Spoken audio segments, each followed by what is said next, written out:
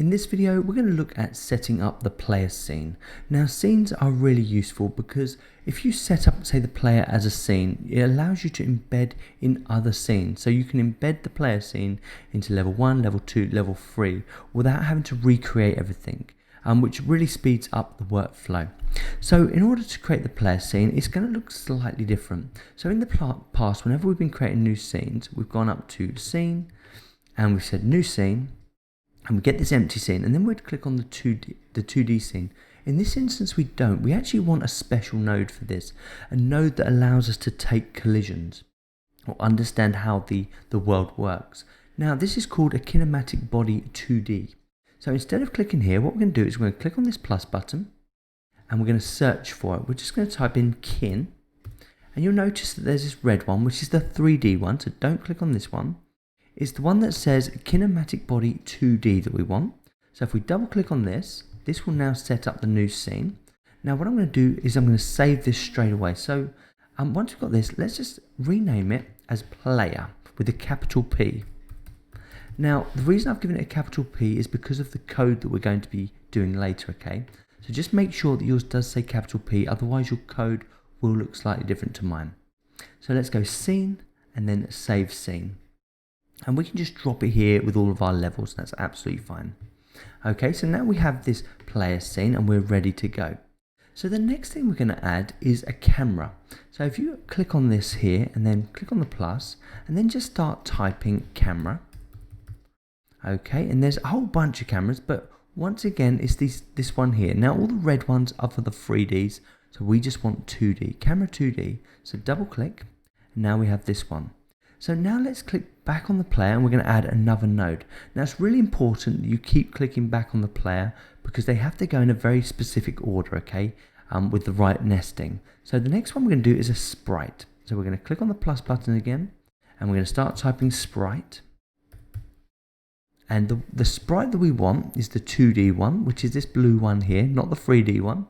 So the one that just says sprite. So double click on this and that will add it directly below. Now the final one that we're going to need is what's going to make all the collisions interact or make the player interact with the scene, which is the collision shape 2D. Now once again we do need to click on the player, click on the plus, and then we're just going to type collision. Okay, and once again there's loads of collisions, but the one we want is collision shape 2D, which is this one right at the bottom. Okay, so double click on collision shape 2D. And we have everything set up the way we want. The only other thing we need to do is rename the sprite. In the code, we will be referencing the player and we will be referencing the actual sprite. So let's just make sure we label this. And now I'm going to call it body with a capital B. And by doing that, make sure it has the capital B and your code will look identical to mine. So the next thing we need to do is add a picture. Now I have a bunch of images in the Google Classroom, of which I've downloaded here. So when we come to animating this character, we'll kind of put a walk cycle together and it'll look great. For now, we're just going to use one of them. So let's create a new folder.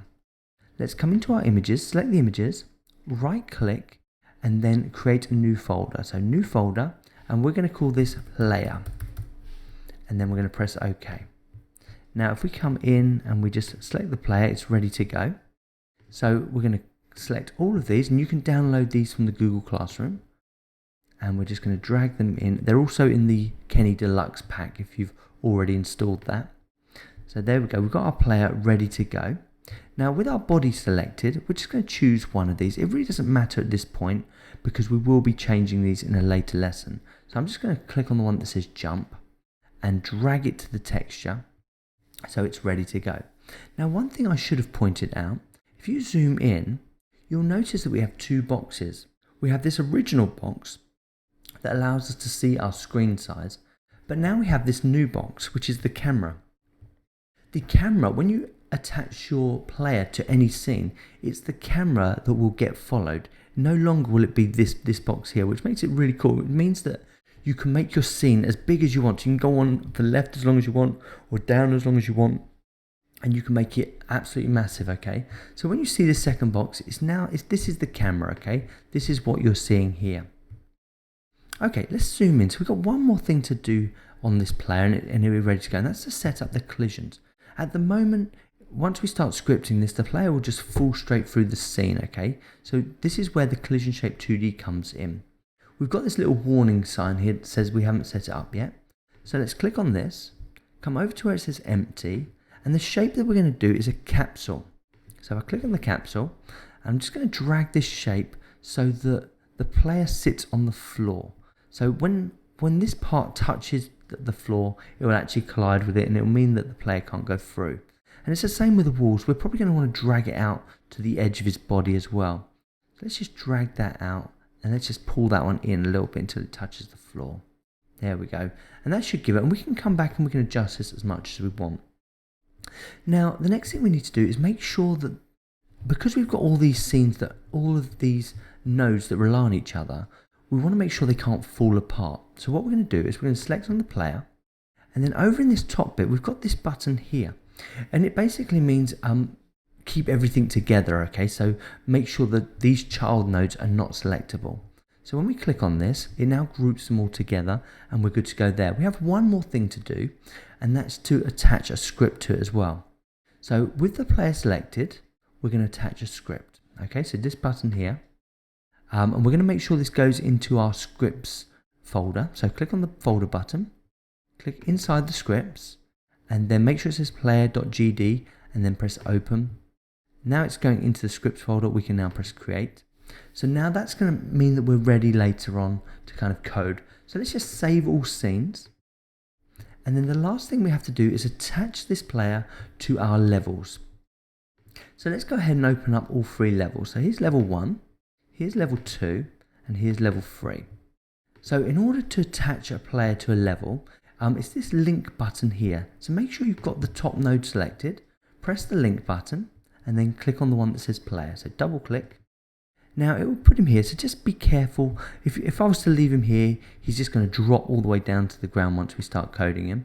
So for now, I'm just going to place him here like this, okay? Okay, so he's good to go. Now let's do the same with level 2. So we're going to click on this link button, and we're going to go down to the player, and we're going to press open.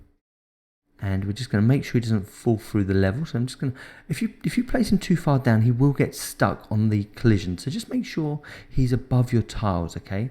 If he's in the tile, he will get stuck on the collisions, and that will cause you a couple of issues. So next one then, let's click on level 3. Make sure we've got this top node selected. Press the link button and double click on player. And then we'll just drag him down so he's down here. Now, before we test this, there is one more thing we've got to do. So we do have to make sure that the camera is the default now for each of the levels. So when you go through each of these levels here, you do need to make sure that rather than using this box, which is the default when we were using the menus, whenever the player is attached to a level now, it needs to be using this as the default. So the camera, so it can move around the scene, so it can go as far into the scene as possible. This is really simple to do. You just click on the 2D camera, and you come over to the button that says current and turn it on.